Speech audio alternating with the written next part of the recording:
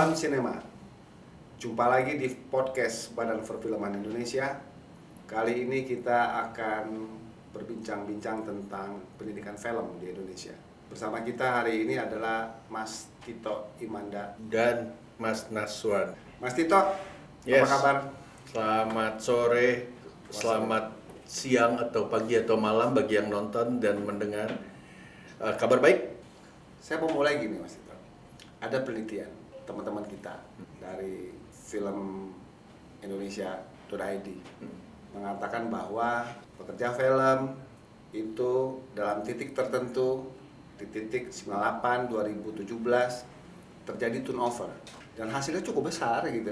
64% pekerja film itu turnover. Artinya adalah pekerja film itu tidak melanjutkan pekerjaan di film keduanya, baru film pertama gitu. Artinya dalam tanda petik dia pindah ke industri lain. Itu sampai 2017. Kemudian ada penelitian terbaru lagi 2019 2020. Itu menyatakan bahwa ada gap supply dan demand pekerja film itu gapnya tinggi.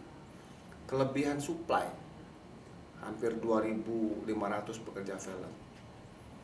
Ini juga bisa kita baca artinya ketika pendidikan mengeluarkan outputnya tidak bisa langsung terserap di industri.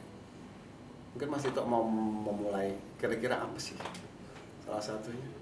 Ya, Penyebab. banyak banget ya, dan jangan-jangan banyak penyebabnya bukan hubungannya dengan si pendidikan film, tapi ya kondisi industrinya kan juga banyak masalah yang belum ideal kan ya. Apa ya, dari jumlah layar bioskop yang masih relatif sedikit untuk bangsa sebesar kita lah, dari masalah-masalah yang selama ini ya sebelum tahun 2019 ada masalah standar kompetensi yang syukurlah sudah ada standar kompetensi yang jelas sebetulnya. Jadi semoga keadaan akan terus membaik sih. Tapi salah satu catatan kami juga kebetulan Asosiasi Pengkaji Film Indonesia pernah membuat penelitian tentang bagaimana sangat sedikitnya pekerja perempuan gitu dalam industri film, padahal waktu sekolah jumlahnya seimbang misalnya, dan salah satu kesimpulannya kondisi kerja yang tidak ideal ya. Jadi barangkali masalah link and match ini antara pendidikan dan industri bukan hanya masalah si lembaga pendidikan harus menyesuaikan dengan industri, tapi jangan-jangan si industrinya pun juga harus menyesuaikan dengan pendidikan film. Misalnya juga ada banyak sekolah film macam-macam kan. Ada yang mungkin orientasinya sangat menciptakan sangat banyak fokus pada pekerja yang skillnya dibutuhkan oleh industri, tapi juga ada sekolah film yang merasa spesialisasinya menciptakan maestro, pencipta film yang nilai seninya tinggi mungkin gitu ya. Nah tapi ada nggak tuh yang nampung gitu ya itu sebetulnya kan. Kalau industrinya, jangan-jangan dulu ada Mas Agni Aryatama pernah ngomong pada saya, jangan-jangan kalau sinetron itu setelah berpuluh-puluh tahun ini memang senang stripping, jangan-jangan kurikulum sekolah film harus mengajarkan stripping gitu, kejar setoran terus gitu tiap hari, jangan-jangan kalau mau sama. Menurut Mas Naswan gimana? Hari-hari ini tuh kalau tadi kita lihat supply-nya banyak gap gitu ya, gap supply itu artinya tidak langsung tertampung di industri. Itu kan kita harus baca dua. Apakah memang sudah demand-nya sudah tercukupi atau memang kompetensinya yang belum sesuai gitu kan ya. Tapi kan ada fenomena kalau kita cek di teman-teman di produksi film hari-hari ini kan kekurangan kru. Jadi kru itu susah gitu. Kan artinya kan Berebutan. ada berebutan kan gitu. Berarti ada yang paradoks nih. Satu sisi supply-nya banyak banget, the real di industri itu kekurangan kru gitu loh. Nah ini apakah urusannya link and match atau benar yang tadi Mas Tito katakan, ketika link and match sebetulnya industrinya harus punya standar dulu tuh biar nge-link sama nge-match-nya enak gitu kan. Iya. Gitu. Ya kalau saya juga melihatnya gitu sih, artinya misalnya kampus membutuhkan tempat magang, misalnya contoh ya, tempat magang untuk melatih calon lulusannya agar segera bisa menyesuaikan diri dengan kondisi lapangan di industri.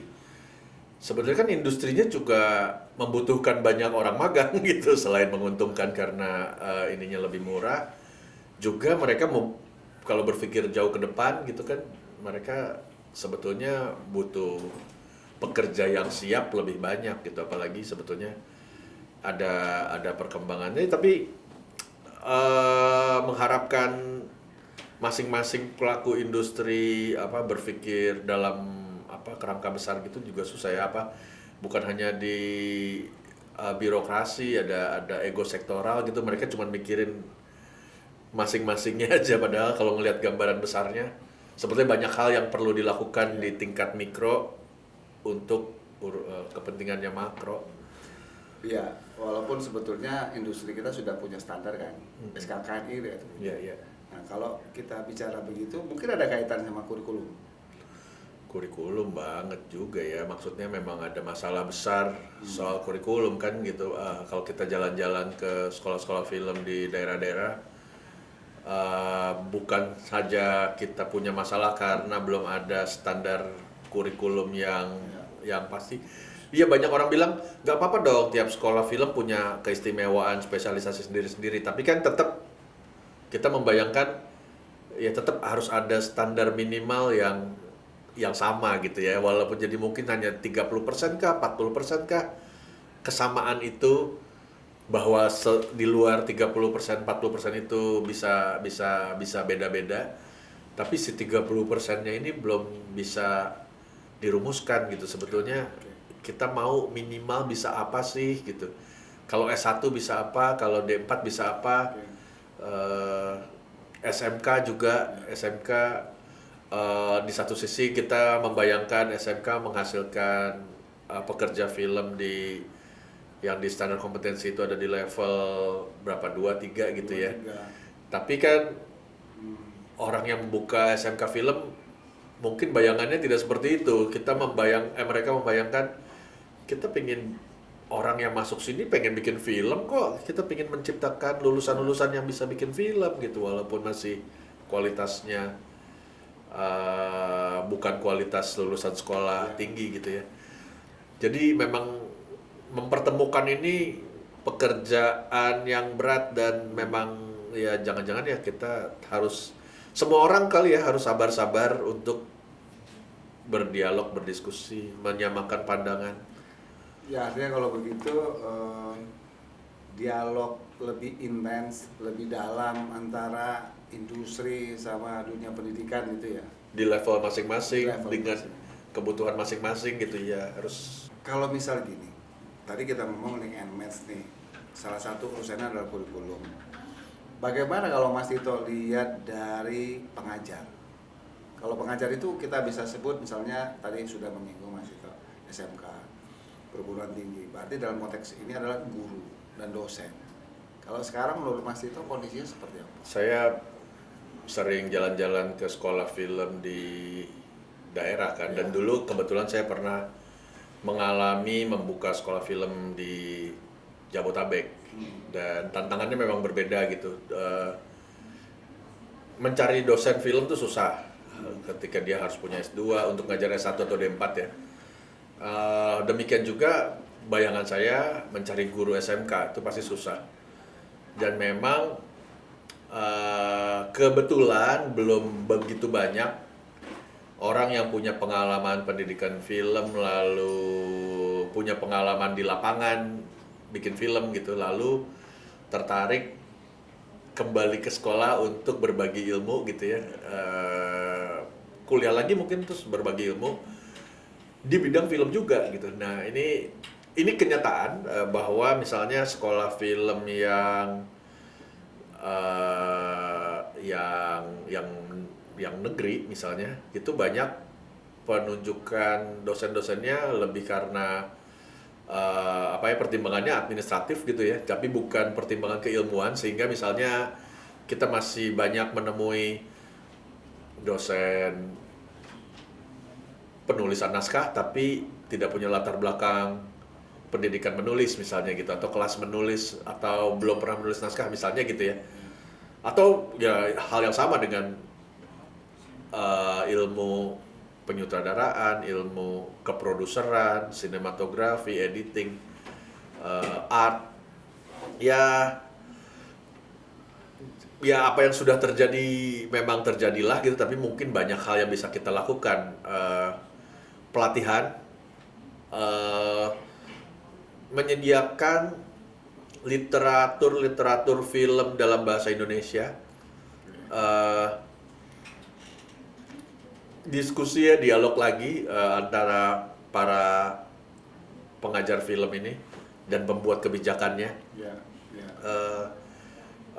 Dan tadi saya bilang ini yang latar belakangnya negeri, yang swasta juga sama kok.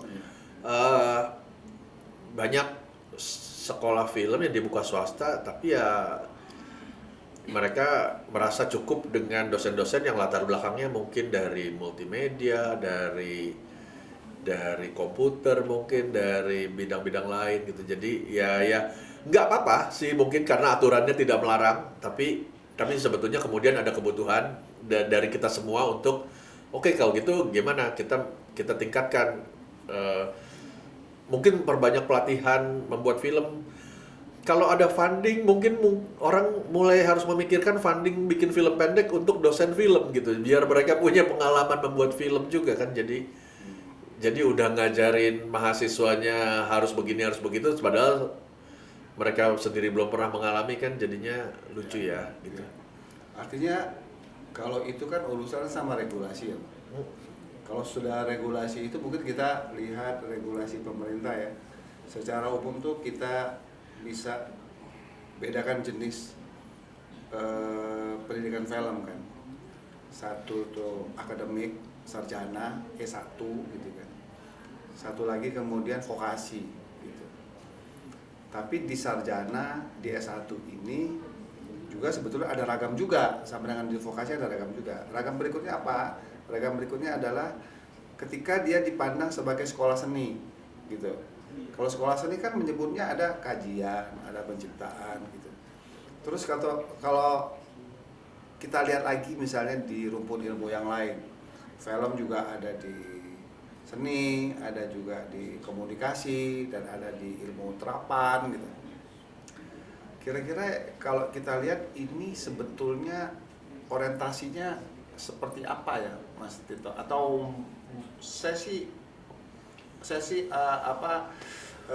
positif melihat apa mungkin karena film itu terlalu lebar, besar, semua merasa Enggak sih, kalau saya pandangan saya dalam soal-soal seperti itu sebetulnya ya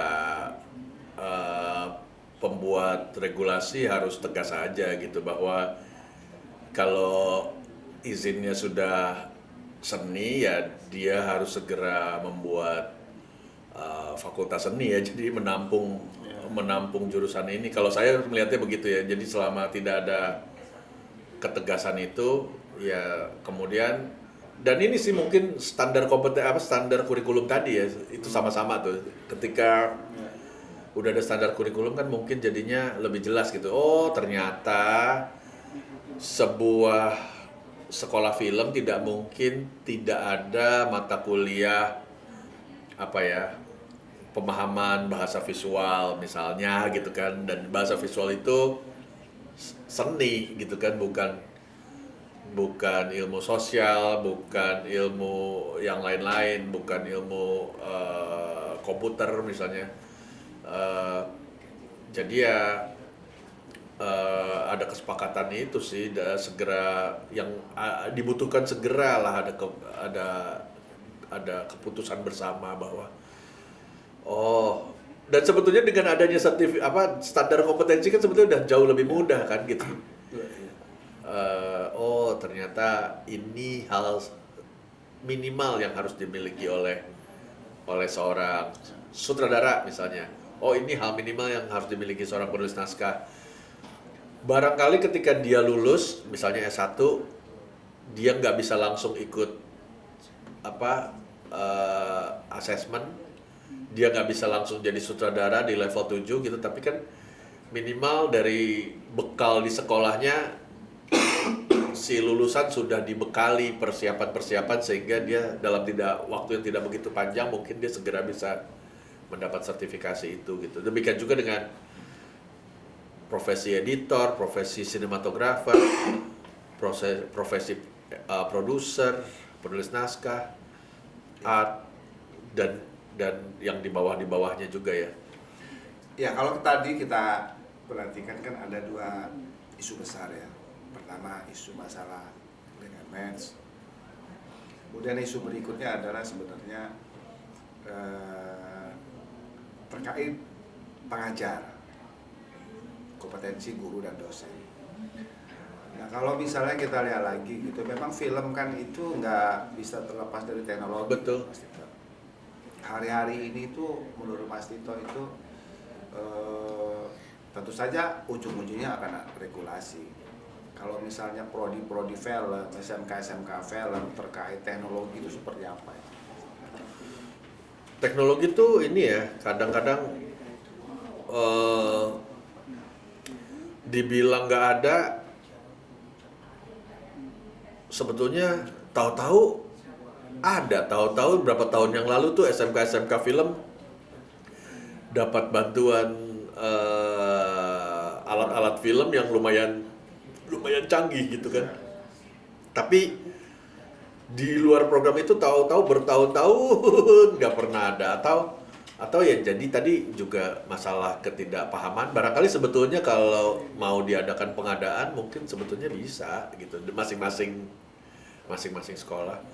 Tapi mungkin ya itu pemahaman tersendiri mengenai alat apa yang paling updated digunakan dalam industri ini. Makanya memang barangkali sekolah kali ya yang harus manggil orang industri jadi pembicara tamu gitu ya, jadi tahu oh yang kita butuhkan ini, yang kita butuhkan itu. Ya, karena saya mau bilang sebenarnya gini, yang sudah kita maklumi film itu kan memang tidak terlepas dari tiga hal kan. Satu, persoalan kreativitas, dua, persoalan teknologi kan, tiga, persoalan finansial sama bisnis. Ini seperti dengan prodi-prodi lain tuh, ilmu-ilmu lain yang harus ada lab gitu kan, yang harus ada standar pelatihan seperti ini gitu. Nah artinya mungkin Mas Tito mau bilang bahwa di samping ada standar kurikulum juga ada standar lab gitu kan ya? Iya dong. Segitu ya? Itu kan sebetulnya otomatis kan, karena ada standar kompetensi Ya. udah jelas sebetulnya. Oh nanti di tesnya begini, kita harus dites masang kamera di atas tripod untuk tes tripod apaan sih gitu kan, nggak bisa tripod yang kecil-kecil kurus itu misalnya. Karena saya mau bilang juga gini, sebenarnya peralatan juga makin hari makin berkembang. Teknologi ya, kalau kita sebut dalam teknologi, teknologi itu semakin hari semakin berkembang. Dan sebenarnya kalau kita di film menyadari, apakah ini juga disadari oleh regulasi pendidikan bahwa ketika teknologi itu berkembang, itu juga turut membuat cara membuat film itu berkembang, gitu kan? Berubahnya teknologi juga berkontribusi merubah cara memproduksi, gitu kan? Ya regulasi itu memang mungkin salah satu hal yang keteter ya, artinya ya barangkali lembaga pembuat regulasi pendidikan memang mengurus begitu banyak bidang gitu kan ya. Pemahaman spesifik soal seni ini menurut saya memang agak ketinggalan gitu. Jadi kalau misalnya praktek di lab untuk jurusan-jurusan eksak gitu udah jelas gitu standarnya, mereka harus begini.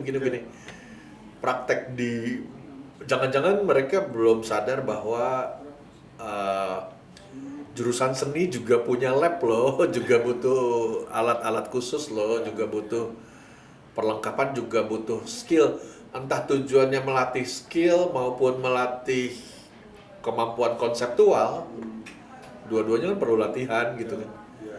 Dan latihan itu ya menggunakan alat yang dipakai juga di lapangannya nanti gitu. Jadi ya itu apa, ketinggalan alat ini bagian dari ketinggalan cara pandang terhadap bidang seni sih menurut saya. Jadi bidang seni dianggap nggak perlu laboratorium, nggak perlu praktek, atau kalau praktek tuh tujuannya praktek semacam praktek kerja aja gitu. Jadi cuman latihan latihan ini bisa sewa lah kalau kayak gitu gitu, nggak usah dioprek-oprek alatnya gitu, nggak usah diperdalam gitu. Yang penting sekali udah tahu cukup gitu misalnya. Padahal ya kan nggak begitu kan, kita butuh di zamannya kamera seluloid ya sekolah film butuh kamera seluloid. Di zaman sekarang orang pakai red cam, pakai macam-macam yang baru-baru, ya mungkin harusnya minimal punya selevel itu gitu. Iya, peralatan ya, berarti memang peralatan juga harus diimbangi ya, karena peralatan itu bukan cuma sebetulnya tools kan, tapi juga dia metode kan, pada awal metode. Salah satu contoh misalnya ketika peralatan editing semakin canggih gitu kan, alat editing semakin canggih itu ada bagian-bagian pekerjaan sebetulnya bisa dibantu peralatan. Dan ada di produksi, ada beberapa pekerja profesi-profesi sebetulnya yang sudah tidak populer lagi karena peralatannya berkembang. Betul. Nah, satu lagi itu dari isu besar itu, saya mau masuk ke gini. Apa sih sebenarnya yang harus kita dorong sama pendidikan? Karena yang tadi itu Mas Tito, supply-nya tinggi, tapi fakta di lapangan itu kekurangan kru. Orang film sih sudah biasa kalau ngomong misalnya krunya tuh 4L, lo lagi gitu kan. Sekarang persoalannya adalah, wah nggak bisa masuk karena dia aja. Kalau saya melihatnya bukan begitu. Kenapa lo lagi? Itu persoalan ada dua. Satu persoalan adalah pekerja film perlu chemistry, gitu kan. Karena pekerja film itu di samping dia secara teknologi, ilmu, dia juga ada rasa kan. Ada seni di situ, yang itu perlu chemistry. Kedua itu persoalan sebenarnya keyakinan bahwa ketika di industri membuat film, minimal jangan film bagus deh, jadi dulu aja gitu. Bahwa kalau kita memberikan tanggung jawab kepada si A, kita yakin bahwa dia bisa melakukan pekerjaan itu sampai selesai. Nah, ketidakyakinan inilah menurut saya yang terjadi di industri, sehingga dia cari yang yakin aja. Makanya muncul 4L gitu kan. Nah, sekarang bagaimana nasib anak-anak yang lulus, yang kalau chemistry nggak mungkin tiba-tiba kenal orang langsung chemistry di industri, kan nggak mungkin. Dan membuat orang yakin bahwa dia bisa. Sebenarnya apa yang dilakukan sekolah? Tapi kalau dia keluar itu dia tidak dilihat tidak mempunyai kemampuan gitu. Iya. Saya mencatat dua hal sih dari isu ini. Yang pertama sebetulnya ya itu tadi kan, bagaimana orang harus sadar bahwa pendidikan film ini melatih skill dan melatih konseptual, cara berpikir. Kreativitas itu kan konsep ya, abstrak tuh. Kreativitas tuh, wah, sekilas nggak bisa diajarin. Mungkin nggak bisa diajarin tapi bisa dilatih. Nah, dilatih kan perlu itu, balik lagi kan, perlu alat, perlu latihan, perlu jadi orang suka lupa bahwa sekolah film juga bukan hanya mengajarkan ilmu dan mengajarkan skill dan teknik, tapi juga memberi jam terbang sebanyak-banyaknya buat mahasiswanya, dan syukur-syukur memberikan portfolio juga. Portfolio yang udah banyak gitu kan. Jadi ketika dia lulus, saat itulah sebetulnya dia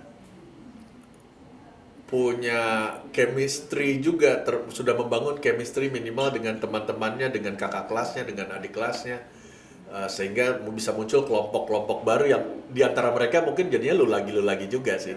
Itu pertama gitu. Tapi ya itu masalahnya, sekolah film memberikan jam terbang yang banyak nggak gitu, memaksa mahasiswanya membuat portfolio sebanyak mungkin nggak gitu. Jangan-jangan itu juga hal yang kelupaan. Kedua,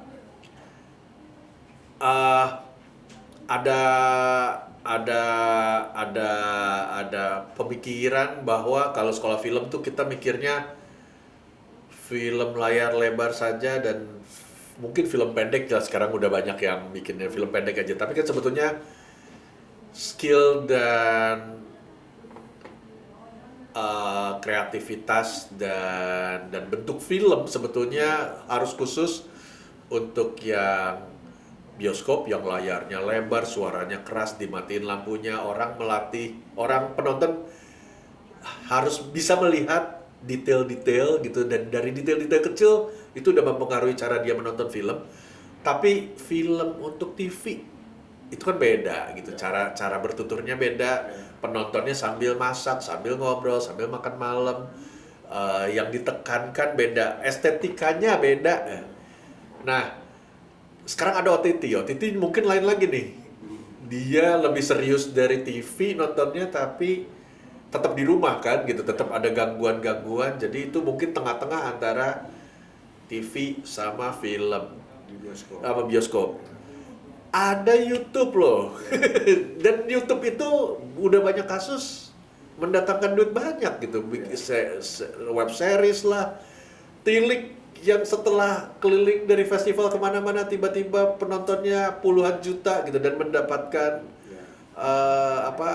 mendatangkan rezeki bagi pembuatnya gitu kan. Dan tidak bisa disalahkan sebetulnya, jangan-jangan kalau mahasiswa sekarang orientasinya jangan-jangan bukan layar bioskop, orientasinya jangan-jangan YouTube gitu atau TikTok atau apa gitu, dan ternyata ada cara hidup juga gitu, cara survive. Eksplorasi itu sih menurut saya hal lain yang juga harus dilakukan dan disadari bukan hanya oleh si sekolah film tapi juga lagi-lagi si pembuat regulasi, para dosen film gitu. Oh ternyata ya ada banyak pilihan untuk survive gitu, bahwa jangan-jangan memang di daerah jangan-jangan bikin film dokumenter itu pilihan yang besar, bikin video kawinan untuk awal karir. Malah setahu saya ada dosen-dosen di daerah yang tetap punya pekerjaan sambilan membuat video-video mantenan gitu. Jadi ya ini dua hal yang sama-sama harus dilakukan gitu. Iya, Mas Tito. Sebetulnya dari semua yang kita bincangkan ini itu masih banyak lagi persoalan-persoalan terkait pendidikan film ya, Mas Tito ya. Nah, artinya sebenarnya gini, kalau kita kepingin memulai ulang atau menguatkan atau terus mengeratkan hubungan antara industri sama pendidikan, sama stakeholder terkait industri, stakeholder terkait pendidikan, memang harus datang ke peringatan Hari Film ya. Hari Film. Karena kita mencoba mengumpulkan semuanya ya. Iya, jadi kumpul di situ semua. Mau cari tempat magang ada gitu, mau cari praktisi ada gitu, mau cari teknologi tersedia gitu, mau bikin kan gitu ya Mas. Ada orang-orang mewakili industri bioskop, layar bioskop, mewakili industri OTT, mewakili industri TV. Mungkin kita juga harus mengumpulkan orang yang punya pengalaman dan ada sih yang datang dari YouTube, dari ini gitu. Jadi gitu teman-teman pemirsa podcast Badan Perfilman Indonesia, ini sekilas perbincangan salah satu topik yang akan kita hadirkan di konferensi Hari Film Nasional di 6 sampai 11 Maret. Tentu saja ada banyak hal yang akan kita bincangkan lebih jauh, dan nantikan tanggalnya, catat 6 sampai 11. Pastikan juga dapat info dari Instagram Badan Perfilman Indonesia dan juga dari YouTube-nya tentu saja, dari website-nya tentu saja juga, dan jangan sampai tidak ikut terlibat menyaksikan dalam event yang kita gagas untuk kita semua itu. Mas Tito mau closing? Mas Saswan aja deh. Tapi ya kalau dari saya ya itu ada banyak pilihan dan ada banyak alternatif, tapi kita sekarang masih terpaku sama yang klasik, tapi yang klasik pun belum ini ya, belum selesai PR-nya. PR belum selesai. Pastikan bisa terlibat aktif di dalam perayaan kita bersama, perayaan Hari Film Nasional yang akan ada di 6 sampai 11 Maret. Tentu saja ada di 30 Maret nantinya. Itu saya kira teman-teman semua nantikan lagi podcast Badan Perfilman Indonesia. Salam sinema.